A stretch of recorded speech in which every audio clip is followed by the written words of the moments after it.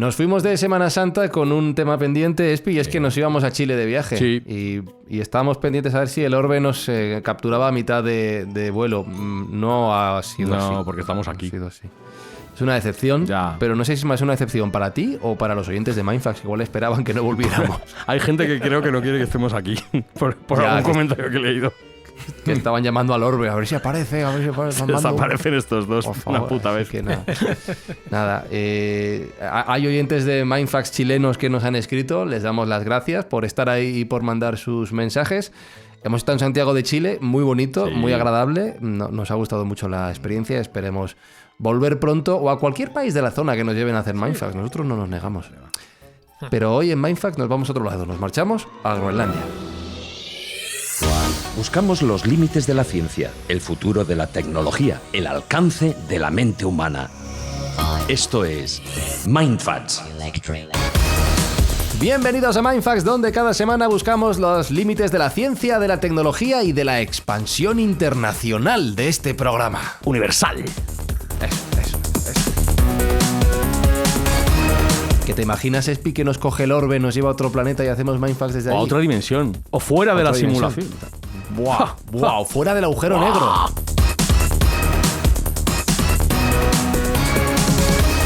Tú te apuntas, Jesús Callejo, ¿verdad? Hombre, que me apunto. Además, en primera clase, no me lo pierdo.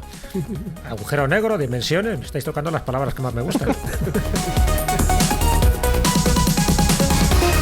Y Sergio Cordero, estemos donde estemos, desde allá donde hagamos Mindfax en un futuro, lo que vamos a intentar hacer siempre es mejorar nuestro planeta, nuestra sociedad, nuestra galaxia, nuestra dimensión, allá donde lleguen nuestras manos.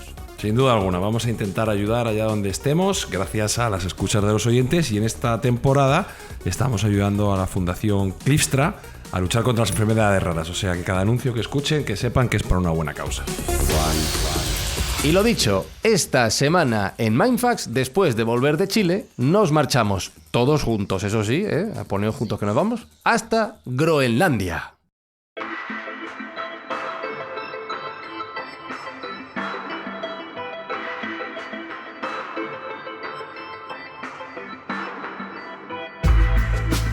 Que por si alguien no se ha enterado, pues yo que sé, alguien que no viva en el mundo conectado a la actualidad, Groenlandia está en primera plana de los medios desde hace meses porque hay un señor que se llama Donald Trump, que por si alguien no lo sabe es por segunda vez presidente de Estados Unidos, que anda con este terruño entre ceja y ceja porque dice que si Groenlandia se incorpora a Estados Unidos, pues van a ser más libres, más democráticos, les va a ir mejor a todos. Nada que ver con las cosas que hay en Groenlandia que le pueden interesar, por lo que sea, a Donald Trump y a otros magnates asociados a su mandato, ¿verdad, Sergio? Es todo bondad y la mejor voluntad para la gente de Groenlandia. Hay una fijación por parte de Donald Trump, no es la primera vez que lo propone, ya en 2019 hizo una oferta para comprar la isla. Esto no lo sabía yo. Sí, ya Al más puro lo estilo intentó Alaska. anteriormente. Sí, hizo una oferta al gobierno danés para adquirir la isla, que además, desde luego si es por tamaño, es una compra muy elevada porque estamos hablando de una isla de 2 millones de kilómetros cuadrados, la Hombre, mitad de grandes. Europa. Sí, a granel Es vale muy- pasta, ¿eh? Es muy grande, es la isla más grande del mundo. peso, Claro, al sí, peso. Claro. Al Ponle peso. kilómetros ahí. Sí. Intentó hacer una compra que tampoco es la primera vez que Estados Unidos intenta comprar Groenlandia, porque ya se intentó anteriormente. Quiero recordar que en los años 60 se hizo otro acercamiento, esta vez creo que fue irrisorio porque eran 100 míseros millones de dólares pues por no la lo vendo. compra En de... 1960, sí, Eisenhower. 1960, ¿verdad? Sí, sí. Y bueno, no salió bien porque Dinamarca no es una entidad menor, es un país importante y bueno, pues no necesitaba vender, como en su momento sí vendió Rusia a Alaska, recordemos. Entonces, bueno, pues Estados Unidos y Donald Trump está intentando acercarse a Groenlandia, o mejor dicho, acercar Groenlandia a Estados Unidos para, bueno, pues mejorar, como tú bien has dicho, la vida de sus exiguos habitantes, apenas Eso. 56.000. Eso. Y nada que ver con las riquezas naturales que luego Nada. vamos a glosar. Nada que ver. Bueno, de hecho, en 1917 Dinamarca vendió las Islas Vírgenes a Estados Unidos, o sea que no sería la primera compraventa en este caso que se realiza. En enero de 1917 Dinamarca, cuando el presidente de Estados Unidos era Wilson, vendió las Islas Vírgenes, las que están en el Caribe, por $25 millones. Islas Vírgenes que Dinamarca tenía desde 1666, o sea, que ya llevaba casi 260 años en plena colonización, pero por dinero, porque le interesaba. Es verdad que hizo un referéndum, pero un referéndum un poco, en fin, poco mediatizado, porque solo se hizo en la metrópolis, no en el resto, y salió el 65%, me parece, a favor de que se vendiera.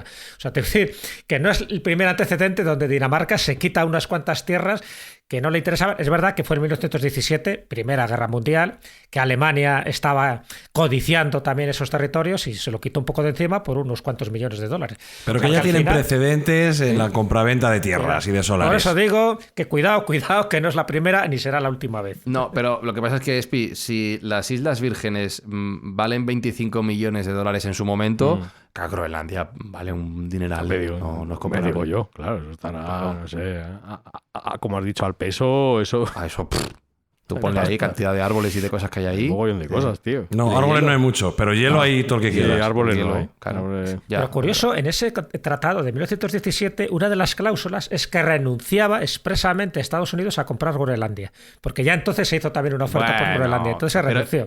eso vale un rato, Jesús. Los tratados internacionales valen para un rato. ya sabemos lo Luego que ya- sirve, ¿no? Claro. Papel mojado. Claro, totalmente. Pero vamos a remontarnos, si os parece, un poquito a la historia de Groenlandia y un concepto curioso que es hiperbórea, Jesús, porque como en otros lugares del planeta ya se decía que había un territorio por ahí que puede cumplir la descripción actual de lo que tenemos en nuestras manos, o en la de Donald Trump en Groenlandia. Podría cumplirlo más que nada un poco por las descripciones geográficas que se dieron en el pasado, y estamos hablando de descripciones geográficas pues romanas y griegas también, donde se hablaba, en fin, de un lugar situado al norte, en fin, donde no llegaba el viento del norte, que era Bóreas, ¿vale? Que es el nombre que tenía, de ahí un poco hiperbórea. Sé que es un término que se refiere a una región septentrional dentro de esa mitología grecorromana y que además formó parte también de ciclos de literatura fantástica, ¿no? En concreto de las novelas de Clark Ashton Smith, que utilizó a Hiperbórea pues como un poco referente con todo tipo de seres extraños que pululaban por allí. Así que los hiperbóreos sería esa raza legendaria que adoraba al dios Apolo, ¿vale? Que estaba, ya te digo, en esa región del sol perpetuo, lo cual también llama mucho la atención, por eso, por las latitudes en las que está situada, y que se empezó a especular que podía ser o bien Islandia, ¿vale? O bien Groenlandia. Entonces, no pasaba de ahí, más que nada, dentro de esa mitología, ¿no? Incluso se creía que Pitágoras podía haber sido de Hiperbórea por lo listo que era, porque se pensaba que eran hombres sabios, ¿no? Eran seres un poco, pues, con una filosofía y una sabiduría superior a la media, y que había que entrar en contacto con ellos. Entonces, ya te digo, de ahí no hubiera pasado la historia. Y por supuesto, Thule sería la capital, ¿vale? O sea, Hiperbórea y Thule, lo digo porque luego eso es muy llamativo, porque no sé si os sonará lo de la sociedad Thule, que tiene que ver con los nazis, ¿vale? Los nazis que tenían también una propensión a las ciencias ocultas y por supuesto a ponerse en contacto con los superiores desconocidos, pensando que esos superiores desconocidos eran arios. Y los arios, que estaban en el norte de Europa, pensaban que procedían de Thule, y Thule como capital de Hiperbórea. Por lo tanto, si Hiperbórea lo asociamos a Islandia o a Groenlandia, era un lugar donde ellos tenían mucho interés pues, de colonizar y de estar allí, ¿no? Y ahí entra un poco la sociedad Thule, donde, en fin, Bottendorf es el conde Bottendorf, es el conocido artífice o por lo menos filósofo de la ariosofía, que se llama, que es un poco el ponerse en contacto con los orígenes de los arios, que estaría directamente asociado a Hiperbórea. Y ahí surge pues todo lo que vosotros conocéis, ¿no? de la historia relacionada con la Nenerve, que era la sociedad ancestral para la tradición aria, y que se piensa que posiblemente en Hiperbórea es donde deberían estar estos superiores desconocidos y sus dioses para ponerse en contacto con ellos. También luego estuvieron por Siberia, también estuvieron por el Tíbet, en fin, estuvieron por distintos lugares. Pero Hiperbórea y sobre todo la sociedad Thule siempre fue un referente que ellos tuvieron en cuenta, y de hecho una de las referencias literarias que ellos utilizaron es a Virgilio. Virgilio, creo que era en la Eneida, otros dicen que eran las geórgicas, usó la palabra Thule para referirse a ese último extremo del mundo. Por lo tanto, la sociedad Thule se crea primero para ponerse en contacto con este tipo de seres, para un poco de alguna forma destruir las creencias cristianas, pensando que estas creencias paganas eran mucho más interesantes para ellos, sobre todo para defender los postulados ocultistas, racistas de los nazis. Y por otra parte, pues sencillamente como un lugar geoestratégico, porque sabes que Groenlandia, tanto en la Primera como en la Segunda Guerra Mundial, sí fue muy, muy apetecible para muchos estados, en concreto por supuesto para Rusia y para Estados Unidos, porque controlas el tráfico del Ártico. Entonces era también interesante. Y eso, si lo añadimos, en fin, a todos los mitos, a todas las tradiciones de esa tierra del norte, de los hiperbóreos y de, bueno, pues eso, de los relatos fantásticos que siempre se han asociado a estos territorios, pues la gente pensaba ya desde el siglo XVI, incluso con John Dee, luego lo comentaré si quieres, y la reina Isabel I de Inglaterra, que en Groenlandia a lo mejor estaba la entrada a otros mundos para ponerse en contacto con seres, con razas legendarias que podían adorar al dios Apolo, pero que en todo caso tenían el depósito de un conocimiento ancestral que les podría venir muy bien a nivel geoestratégico por el territorio y sobre todo por la influencia que les podría dar de cara a la dominación del mundo, porque en el fondo siempre se está buscando lo mismo, bien si era tierras raras o sencillamente la posición geoestratégica es dominar el mundo, y Groenlandia tiene todos los requisitos para convertirse en algo apetecible. Si además dentro del subsuelo, dentro de esos 3.000 kilómetros 3 kilómetros de hielo, si además hay tierras raras y hay otro tipo de minerales, porque también ha habido impactos de meteoritos en el pasado, que se han descubierto cosas muy extrañas, pues ya lo tienes ahí. Miel sobre hojuelas para poder ser conquistado o comprado en la mejor situación posible. Y Groenlandia ha ido pasando por diferentes manos, Sergio, desde los poblados autóctonos de la zona hasta, ¿por qué no mencionar los vikingos, por ejemplo? Ya llegaron allí, ¿no? Sí, definitivamente han pasado diferentes poblaciones, pese a que no es una tierra especialmente apetecible para vivir, porque como bien ha dicho Jesús, pues hay muchísimo hielo, hace frío, las noches son de 6 meses, igual que los veranos, entonces, bueno, pues no es el sitio más apacible para pasar una Semana Santa, ahora que acabamos de pasarla, no es el sitio donde uno está pensando en irse de vacaciones. Que a día de hoy algo de turismo tiene, pero no es específicamente apetecible. No la compra Donald por eso. No es porque quiera montar Donald ahí... no va a hacer campos de golf allí, así a priori. No está pensando en eso. Podemos tomar el registro arqueológico y las culturas pioneras pues son 2, la Sakak y la Dorset. La Sakak, ha habido restos que se han datado en el entorno de 2500 a.C., desde 2500 al 800, y el nombre viene de un lugar específico de la costa occidental, donde allí pues, se encontraron artefactos de piedra y restos de caza marina.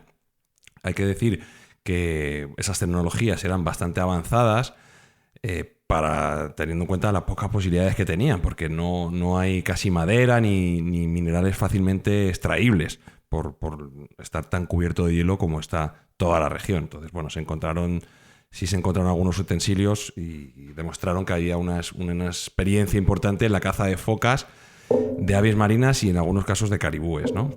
Entonces, bueno, ahí se vio que estas poblaciones ya estaban acondicionadas a ese frío extremo y había cierta certificación, como digo, teniendo en cuenta la escasez de materiales convencionales que sufrían, ¿no? Más adelante ya hubo otra oleada de población, llegada desde el Ártico canadiense, que dio lugar a la cultura Dorset, cuya presencia pues, se cifra desde el año 500 a.C. hasta el 1500 después de Cristo, ¿vale? Hay diferentes variaciones regionales y cronológicas, pero más o menos esa es la escala temporal. Y bueno, pues es un complejo cultural que abarcaba territorios desde Alaska hasta Groenlandia, toda esa zona.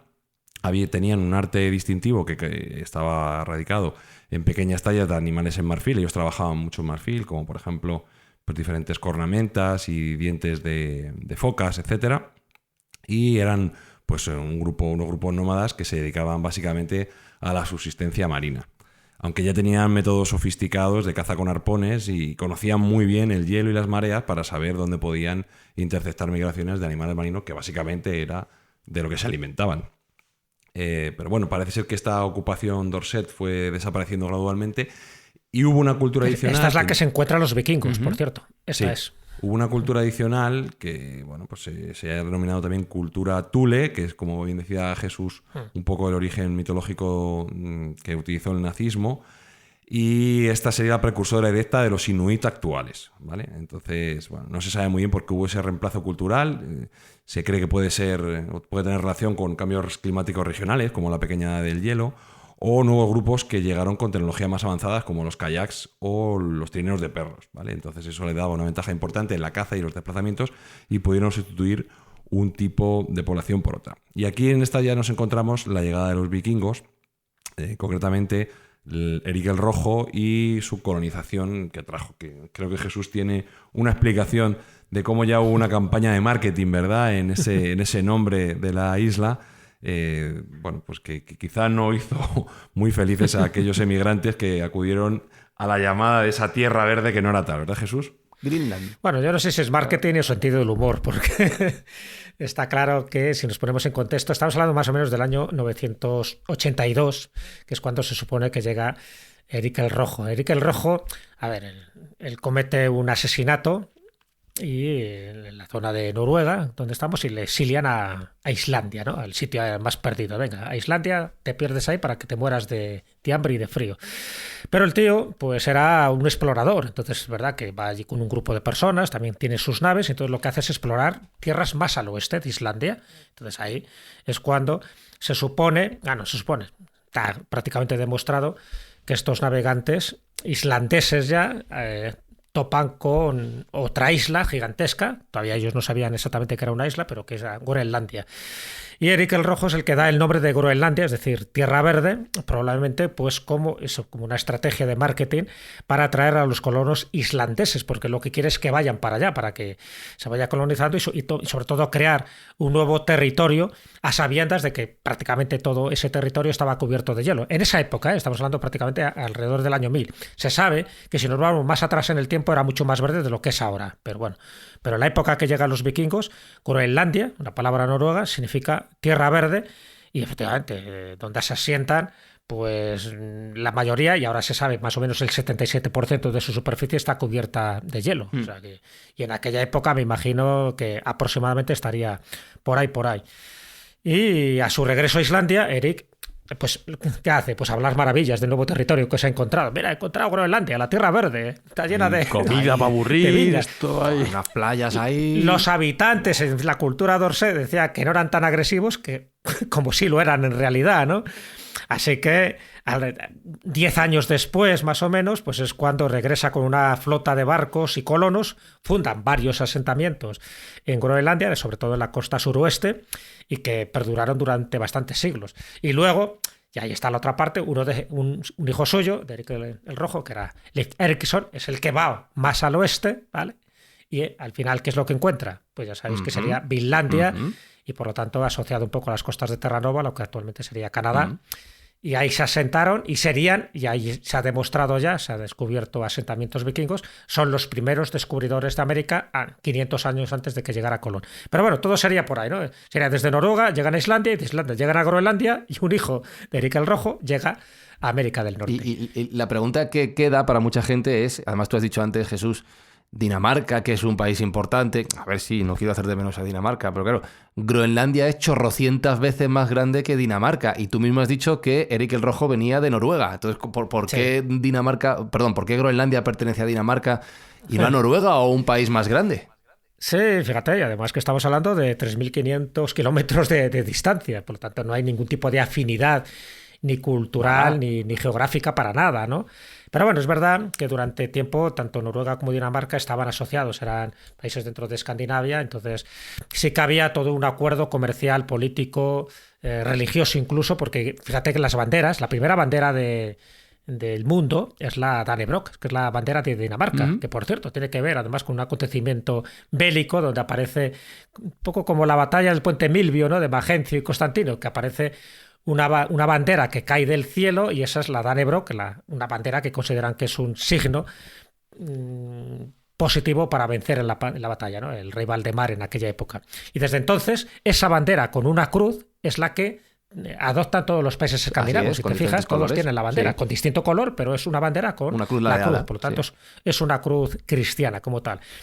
Y en 1814, a raíz de las guerras napoleónicas, que ya sabes que crearon ahí un desaguisado en Europa, Noruega se separa de Dinamarca y sus antiguas colonias, las colonias que tenía Noruega, entre ellas Groenlandia, pues pasan bajo el control danés por unos tratados que se hacen, porque bueno, ya por entonces sí que había distintos movimientos independentistas y aprovecharon esas guerras napoleónicas para decir, bueno, venga, nos dividimos un poco territorio, y Groenlandia, que por entonces sí que era algo muy estratégico, pero también era muy engorroso, Ya ¿no? Porque ves. pensaban que era. Buah. Claro, Sí, sí. porque pensaban que tampoco era productivo. Todo, que todo era un trozo de y que- hielo ahí en mitad del Atlántico enorme que tienes que ir 3.500 kilómetros para el oeste. Pff, qué pereza. Y que ahí costaba se dinero. quedó, que y- costaba. Claro, quédatelo tú, yo. y costaba dinero.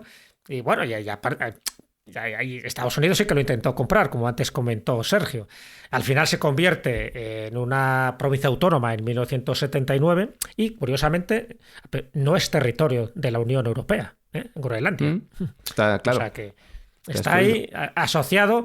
Por eso tiene un estatus político que es en lo que se apoya Donald Trump, también utilizando, ¿no?, viejos convenios como el que os he dicho antes de la compra de las Islas Vírgenes, para pensar que sí se puede hacer transacciones económicas y que posiblemente, si se hiciera un referéndum y se les paga convenientemente a los pocos habitantes que viven en Groenlandia, cuidado, porque a lo mejor nos llevamos todos una sorpresa. Así que es un poco la disyuntiva un poco política de por qué actualmente desde el año 1814, Groenlandia, en lugar de estar en Noruega, que sería lo lógico por historia y por cercanía, pertenece más a Dinamarca. Que digo yo, Espi, que nuestro próximo viaje podría ser a Groenlandia, a ver si nos dan la nacionalidad. Sí, por el, Y si por el Donald quilazo, ofrece ¿no? pasta, claro, si Donald ofrece pasta, igual podríamos hacer algo. ¿no? Ya, Yo creo que Skol. sí, ¿no? Sí, Ya, pues ya ya, está. ya. Donald, llámanos, que estamos contigo. Ya. Estamos contigo. Nos vendemos.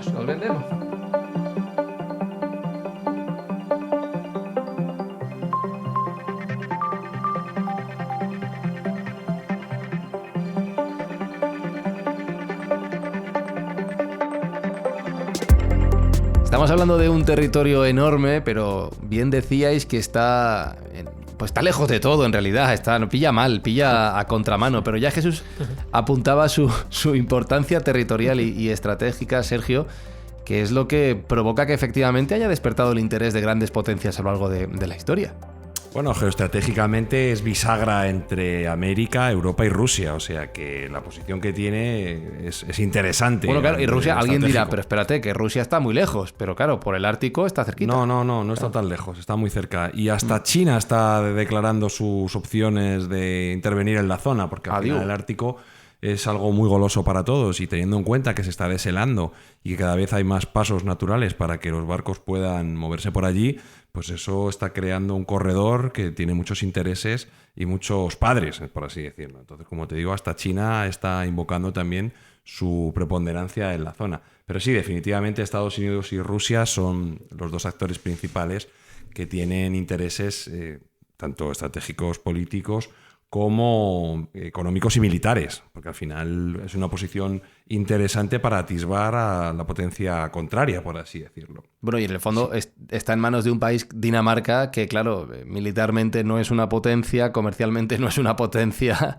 lo tienen crudo los pobres. Bueno, hay que decir que Groenlandia tiene una capacidad de autogestión importante, ¿vale? Desde, como bien ha dicho Jesús, desde 1979 y posteriormente con otro acta que hicieron en 2009 ya tienen un estatus de autonomía bastante alto, aunque siguen dependiendo de Dinamarca, y es Dinamarca su mayor benefactor, porque la zona de Groenlandia, curiosamente, es deficitaria.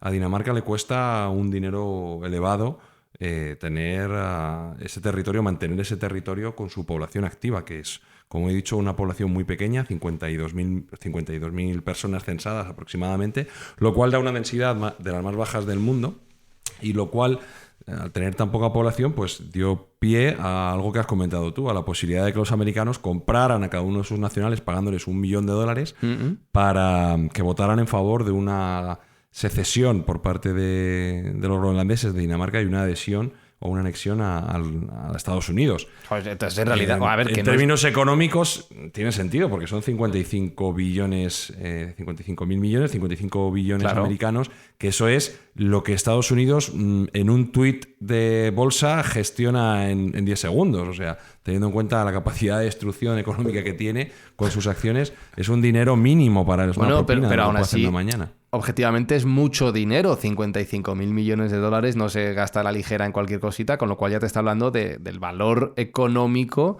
que Donald Trump planea extraer de Groenlandia si se hace con estas tierras, y entiendo que no está pensando en cubitos de hielo, que le interesan por otras cosas, pero que no será lo que busca para el gobierno. Sí, definitivamente Groenlandia tiene un tesoro oculto o no tan oculto, porque se conoce y se sabe que podemos desplegar en dos ámbitos. Uno, en el ámbito de los hidrocarburos, tiene unas grandes reservas de petróleo y de gas natural que son altamente interesantes y explotables desde el minuto uno.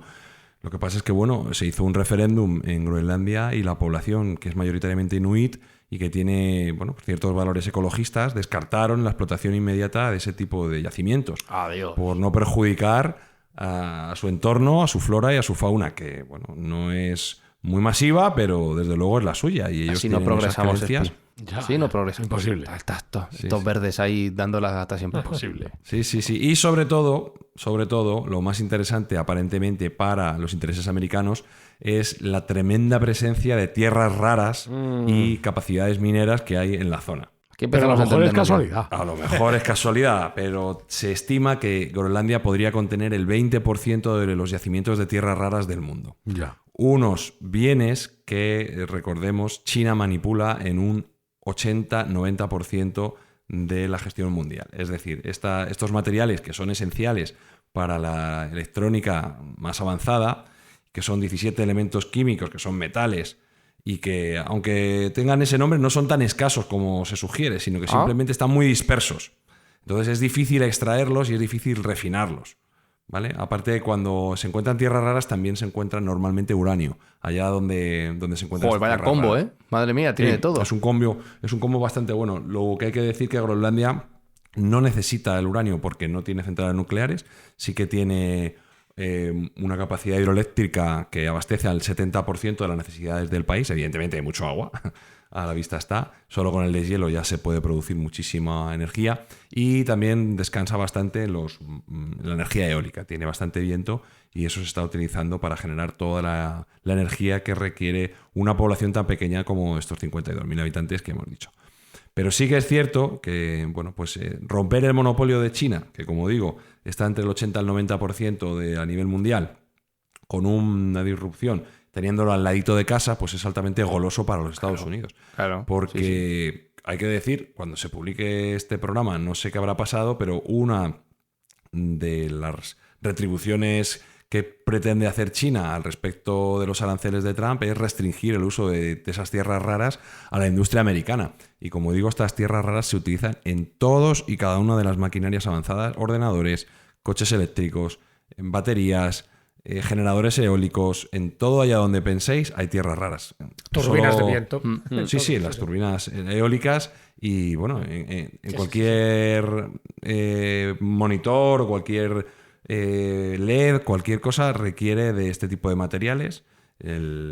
Los imanes más comunes pues son también de este tipo de tierras raras, que son los de neodimio, y la capacidad que tiene de monopolio China pues es una traba tremenda para Estados Unidos, ¿no? Y ahí juega en absoluta desventaja, porque incluso aunque pudieran extraer esas tierras raras, el refino y la gestión de parte de estos materiales se realiza casi exclusivamente en China. Que te decía que hacías referencia a los aranceles, y lo que pueda pasar de aquí a que se publique este episodio, Espi, puede pasar lo mismo o lo contrario 7 veces, lo de arriba y lo de abajo. O sea, ahora mismo puede ser cualquier cosa. Sí. Y puede que Groenlandia en este tiempo cambie 4 veces de mano. Puede ser, sí, no está claro. O sea, día a día vivimos aquí una Absolutamente. ruleta que no sabemos muy bien por Sí. dónde va a salir. Estábamos en Chile y íbamos haciendo porras con los aranceles, porque nos enterábamos cada día de una cifra diferente, es loquísimo. Pero dentro además de las cosas que hay en Groenlandia, Jesús, apuntabas de ciertos materiales que tienen origen extraterrestre, en el sentido de que en el hielo de Groenlandia pues han quedado los vestigios de los impactos de meteoritos, algunos de ellos muy importantes que han ido ocurriendo durante los últimos miles y miles de años. Sí, así es. Ha habido varios impactos y algunos muy potentes, dejando unos cráteres inmensos. El problema de los cráteres es que están bajo la capa de hielo esta que acabamos de comentar, que en algunos sitios es de 3 kilómetros, ni más ni menos. Pero se sabe que ha habido ese tipo de meteoritos y que el material disperso por esos meteoritos, y aquí es lo interesante, lo utilizaba la cultura Dorset ya como amuletos, y luego los que le suceden, que son los inuit, también. Y eso es lo que llamó la atención mucho a los primeros colonizadores de la isla, como diciendo, ¿y estas piedras raras, que ya hablaban de piedras raras, qué es? Entonces ellos empezaron a señalar los lugares del impacto y ahí se empezó a encontrar que efectivamente había muchos materiales que ellos no conocían en un principio y que formaba parte, ni más ni menos, que de estas explosiones meteoríticas.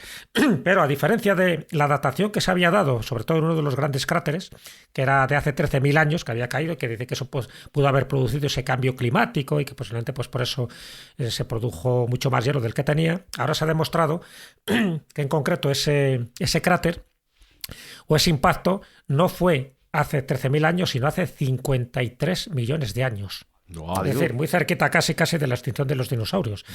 Y que eso es lo que pudo haber generado, por supuesto, pues una serie de cambios climáticos, pero también en la corteza terrestre de Groenlandia. Y eso explicaría por qué muchos de esos materiales, de esas tierras raras que estamos hablando, aparte del cobre, del grafito, del niobio, pero bueno, del neodimio, esta palabra nueva que se está poniendo de moda. Eso lo habéis inventado. Yo antes he oído a Sergio y digo... El neodimio es una de esas... El neodimio y es el mentira. prasiodimio. Ese sí qué? es mentira, el neodimio. Prasiodimio. El prasiodimio. Esto me suena a Mortadelo y Filemón, ¿eh? Los nombres de las tierras raras son casi peores que de los Reyes Godos. Son Ya unos ves. nombres muy curiosos. Sí. Y entonces... Eso podría ser uno de los motivos el que existan ese tipo de tierras raras, es decir, por esos impactos extraterrestres de esos cráteres que se tienen localizados, y ya te digo, y uno de ellos está considerado como uno de los 12 cráteres más inmensos de todo el planeta Tierra, pero con esa datación que se ha dado hasta hace poco, hace 53 millones de años. Así que ahí tienes otra de las rarezas que tiene Groenlandia dentro de las muchas. Y otra más, pero como curiosidad, porque yo eso me enteré hace poquito, es que posiblemente allí esté el elixir de la Tierra Juventud. Adiós, no se lo digas a Donald, porque entonces va de cabeza. Ahora sí que va de cabeza. Yo no sé si lo sabrá Donald Trump, pero el tiburón de Groenlandia tiene dos características muy llamativas. A lo mejor tiene también que ver con ese tipo de impactos cósmicos, pero el tiburón de Groenlandia es un mutante. Por una parte, es de los más grandes que existen en el planeta y segundo, es de los que más viven. Y cuando digo de los que más viven, es que ahora mismo, hay tiburones en Groenlandia que nacieron en la época de Leonardo da Vinci. ¿Qué dices? Como una tortuga, como un En árbol. el siglo XVI. Joder, ¿pero cómo? Ahí está. Es decir, ¿cómo puede ser tan longevos? ¿Cómo puede vivir 400 o 500 años? Solo se da en esta especie del tiburón de Groenlandia, ¿vale? Y entonces los científicos han empezado a analizar su genoma, que por cierto se ha descubierto, se ha descifrado hace unos pocos años, y buscan la clave para vivir el ser humano más de 100 años. Entonces, bueno, lo que se ha hecho es, a través de ese genoma, que ya sabéis que es un poco como un libro de instrucciones, ¿no? Donde el ADN sería un poco la letra y los genes serían como los párrafos que te dan un poco el mensaje. Y lo que se ha descubierto, bueno, muchas cosas, ¿no? Y muchas cosas técnicas que yo desconozco. Pero bueno, primero, que son tiburones capaces de nadar a profundidades de 2.000 metros, alcanzar el tamaño de un coche, pero de un coche de... Un Tesla. De un Tesla, de un Prius. y que, además que se cazan de una forma indiscriminada para buscar el aceite de sus hígados, ¿no? Y aprovecharlo, pero de los 22.000 genes que tiene el tiburón de Groenlandia, se han dado cuenta que hay uno específico que es el gen TP53, que también lo tenemos los seres humanos, pero ellos lo tienen de una forma mucho más desarrollada, y ese gen sirve para la prevención del cáncer. ¿Por qué? Porque se ha dado cuenta que ese gen, en concreto en los tiburones de Groenlandia, impiden que las células que están dañadas, es decir, las células cancerígenas, se multipliquen y por lo tanto que no genere metástasis. Entonces están buscando cómo eso que está ayudando a que un tiburón pueda vivir 200, 300 o 400 años en las aguas de Groenlandia le pueda beneficiar al ser humano, y por eso te decía que en algunos casos, y esas son, en fin, informaciones como muy, muy periodísticas, pero están diciendo que a lo mejor ahí, en esas aguas heladas, está ni más ni menos que el medicamento, el elixir, el potingue, que nos haga vivir unos cuantos años más, potenciando los genes que sabemos que favorece al tiburón. Así que bueno, es un dato más que a mí me llamó la atención porque no deja de ser pues una herramienta genética para evitar enfermedades relacionadas en concreto con la edad. ¿Y dónde estaría el secreto? Pues ahí, en el tiburoncito de Groenlandia. Que tú sabes, Espi, ¿te acuerdas de estas emisoras de radio que anuncian, sobre todo a gente mayor, el cartílago de tiburón? Sí. Pues a ver si Donald ha montado todo eso porque no se conforma con los anuncios de Radio Intereconomía. Escucha, los extingue. Ya, O sea, que los va extingue. pero se los come a bocados, con las manos. Pero Coge la aleta y hace raca. De 2 en 2. Pero qué barbaridad. Y tiburones aparte, Sergio, y con todo el mix de posibles ingredientes interesantes para las diferentes potencias mundiales como Estados Unidos, China, Rusia, sin descartar el hecho de que ahora mismo son daneses y que, ¿por qué no?, también hay partidos que abogan por la independencia de Groenlandia, algo que parece que ahora mismo a nadie le interesa. ¿En qué situación queda, iba a decir el país, la tierra, el lugar, los habitantes? ¿Cuál es el futuro de Groenlandia? Tanto en esta componente geopolítica como en todo el avance y la creciente importancia del desarrollo de la tecnología a nivel mundial. Es un caramelito muy goloso, muy goloso, muy goloso. Bueno, están intentando conjugar el impacto económico que puede tener esa minería de tierras raras y otros productos con cuidar el entorno. Si es que hay una conjugación posible, una intersección posible entre las dos cosas. Se están probando nuevas técnicas que pueden ser interesantes, como la llamada bioextracción, que es utilizar bacterias y microorganismos que son capaces de separar los metales pesados de otros minerales sin que queden químicos en el ambiente. Y así como otros métodos de procesamiento que evitarían tener que transportar grandes volúmenes de materiales, que eso es lo que realmente impacta a nivel logístico y ambiental. Y este tipo de innovaciones podrían hacer que Groenlandia desarrollase una minería que fuera responsable y que estuviera un poco con la misma línea que las expectativas sociales y ambientales que tienen sus propios habitantes, que recordemos que son de mayoría inuit y tienen un planteamiento pues muy respetuoso con el medio ambiente. O sea, que lo que se quiere es convencerles para poder trabajar las tierras, ¿no?, de alguna forma.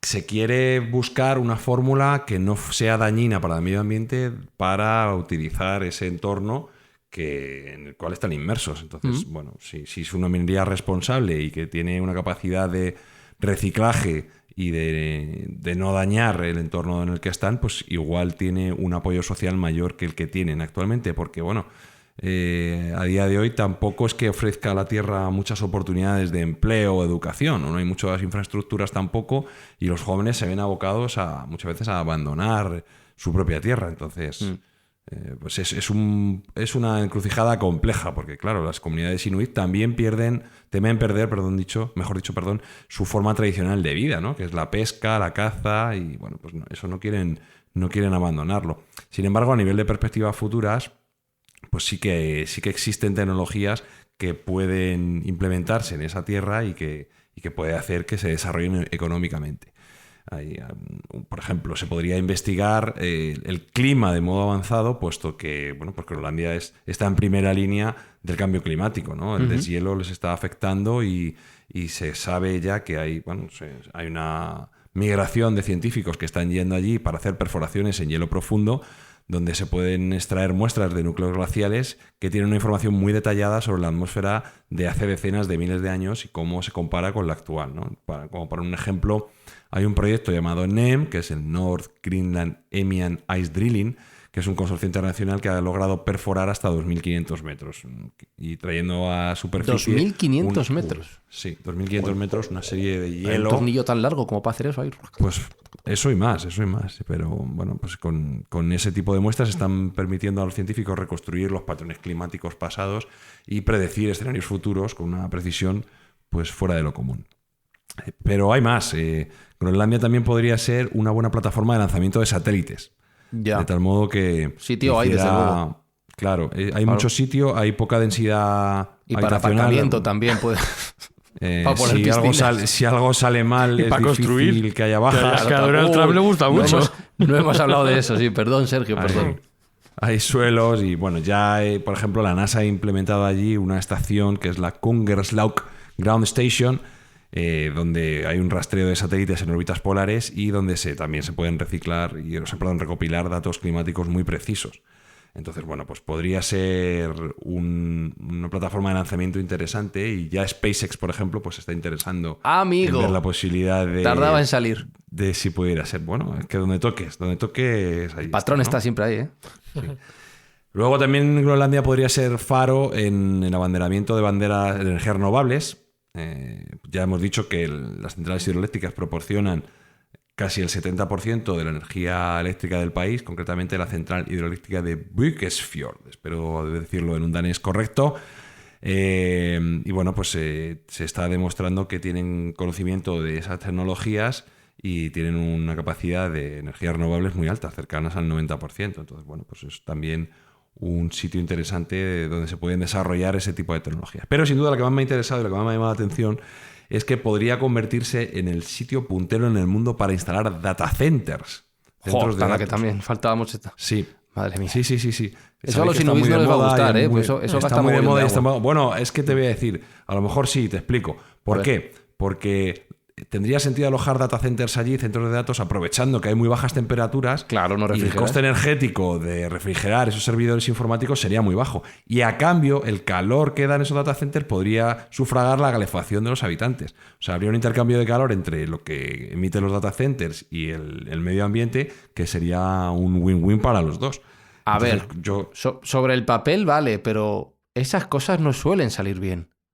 Sí. ¿No? Pero bueno, ya hay empresas americanas y europeas que están interesadas en instalar centros de datos allí, que ya sabéis que requiere de bastante energía barata, bastante espacio y bastante agua.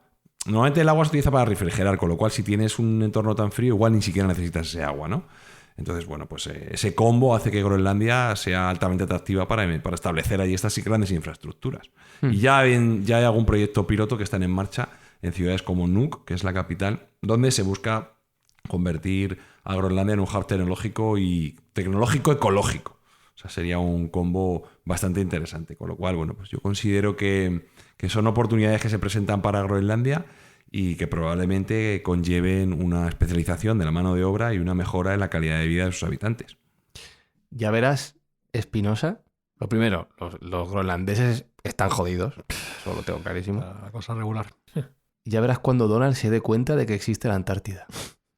Cuando vea de repente, pregunte, ¿esto del mapa de ahí abajo? Yo creo que lo sabe. Yo creo que están ya intentando meter mano. A ver, no olvidéis un dato que es muy significativo y que en parte puede explicar la paranoia que tiene Trump. Y que tiene Trump y otros presidentes de Estados Unidos anteriores a él, ¿no? Como fue Andrew Jackson, que es el destino manifiesto. No sé si conocéis un poco la teoría del destino manifiesto, que era un poco su predestinación divina de que tenía que expandir su territorio. Esto empieza con las 13 colonias, ¿no? Las 13 colonias para expandirse, porque ellos consideran que están elegidos por Dios para expandir su territorio por las buenas o por las malas, y de ahí los genocidios, ¿no?, que se produjeron con los indios norteamericanos, porque ellos tienen esa sensación de que hay que expandirse, porque tienen que extender la democracia, tienen que extender su sistema político, que siempre muy regido por esos principios teológicos y cristianos, al resto del mundo. Entonces es una ideología que está detrás de esa expansión estadounidense desde hace tiempo, desde Florida hasta Alaska. Y lo que no conquistan, lo compran. Entonces, ahora mismo hay dos piezas dentro de esa teoría del destino manifiesto. Ojo, en el despacho Oval, el cuadro que ha colocado Trump es el de Andrew Jackson, que es uno de los que defendían esta teoría, no por casualidad. Porque Fijaros poner a en los Adolfo gestos, Hitler era fijaros en demasiado cantoso, ¿no? No, también lo defendía. claro, pero mucha gente no sabe por qué.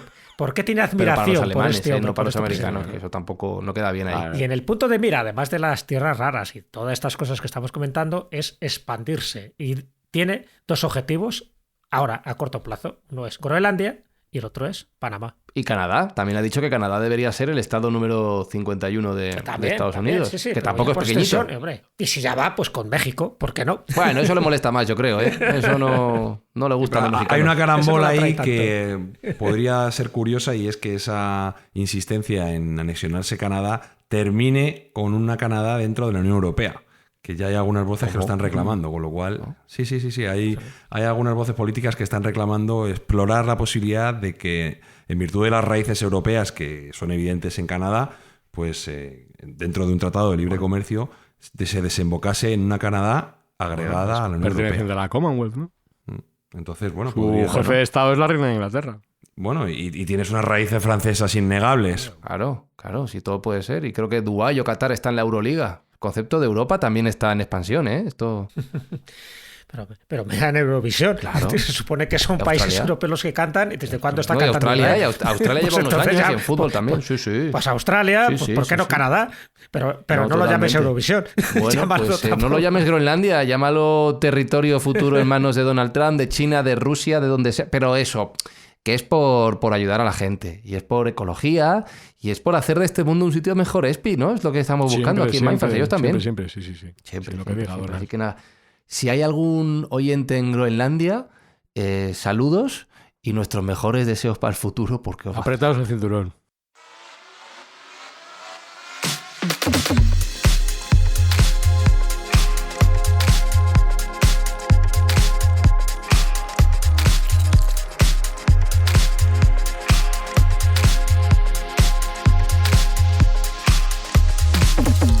Oye, Espi, que se me ha olvidado, ya aprovecho y te lo cuento aquí, se me ha olvidado contarte una cosa del vuelo de vuelta de Chile a España. ¿Qué? Cuando cruzamos los Andes, que por cierto es una cosa loquísima. Loquísimo. Es una cosa. Vimos en la Concagua. Madre mía, qué cosa más loca. Cantidad de montañas, ahí no hay más montañas, exportan montañas a otras partes del mundo, madre mía, qué locura. Que vi un cráter en lo alto de una montaña, un cráter clarísimo ahí, un bujero grande ahí, Bueno. con un lago dentro. Sí, eso se llama Ibón. No sé si tenía nombre o no decía cómo se Cuando llamaba. es un pero cráter en vamos, una montaña y tiene un lago, se llama Ibón. Y mira, pues ya he aprendido hoy algo de Alberto Espinosa. Gracias por acompañarnos una semana más. Venga, a tope. De ti aprendemos todas las semanas, Jesús Callejo. No, que va. Aprendemos aquí todos porque esto es lo bueno que tienen este tipo de programas. Como nos tenemos que documentar y estar al día, pues eso nos espolea la imaginación y por supuesto nos amplía el conocimiento. Empezando por mí. Digamos, honor a la verdad, Sergio, os documentáis vosotros, Jesús y tú. Espi y yo, documentarnos poco. No. Bueno, y cada uno tiene su labor y cada uno tiene su papel. Nosotros somos los curritos que hacen que vosotros podáis hacer que luzca el programa. Ah, es verdad, y que luego nos llaman para ir internacionalmente a viajes. Claro. A los que viajáis son vosotros, sí. Unos cardan la Nosotros lana y estamos otros ahí como se llevan la fama. los Umpa-Lumpa. Bueno, y entre todos lo que sí que hacemos, Sergio, entre los Umpalumpa y los que tienen el látigo, es hacer de este mundo un poquito mejor gracias a la recaudación de los anuncios de Mindfax. Sí, intentamos ayudar, recordamos a todo el mundo que esto lo hacemos por mejorar el entorno y bueno, pues hacer un día de mañana un poquito mejor, y las escuchas de los oyentes nos están ayudando a ellos en esta temporada, donando todos los ingresos a la Fundación Clipstra, que ayuda a luchar contra las enfermedades raras para que los niños del futuro no tengan que sufrirlas. O sea que toda esta escucha, si gusta o no gusta al que lo está recibiendo, por lo menos que sepa que es para bien. Así es. Pues Jesús Callejo y Sergio Cordero se marchan a documentarse y a preparar el tema de la semana que viene. Alberto Espinosa y yo nos vamos a vivir del cuento otros 7 días, que es nuestro plan soñado y lo que hemos conseguido aquí en Mindfax. Así que si gustáis, dentro de una semana volvemos con un nuevo episodio. Saludos de Fran y Zuzquiza y hasta la semana que viene. Chao, chao, chao, chao, chao, chao. Mindfacts llega cada semana a tus oídos a través de Spotify, Apple Podcast, iVoox o tu aplicación favorita. Búscanos en redes sociales. Somos Mindfacts. ¿Qué llevas ahí? ¡Un mapa! Estaba ahí dentro. Quizá nos lleve a la isla del tesoro. ¿A la isla del tesoro? ¿Qué isla del tesoro? Una vez, ¿qué te parece? ¿Es un mapa de la isla del tesoro? No estoy seguro, pero yo diría que es un mapa de Groenlandia. ¿De Groenlandia? Sí, es una isla muy grande del océano Ártico, más grande aún que Islandia. Entonces debe hacer mucho frío. Sí, la isla está cubierta por hielos y nieves, por eso la han pintado de blanco. La nieve que ha estado cayendo durante miles y miles de años se ha convertido con el tiempo en altas montañas de hielo. ¿Y crees tú que en esa isla tan fría habrá tesoros que nosotros podamos coger? Eso no lo sé, tendríamos que ir para asegurarnos, pero aquí en el mapa figura también un palacio. Por consiguiente, es posible que haya algo de qué apoderarnos. ¡Entonces vayamos a Groenlandia! ¡Sí, vamos enseguida! ¡Estoy entusiasmado! Oye, Vicky, ¿Qué? supongo que no irás ahora a Groenlandia, ¿eh? Pues claro, para un viaje tan largo me necesitan a mí.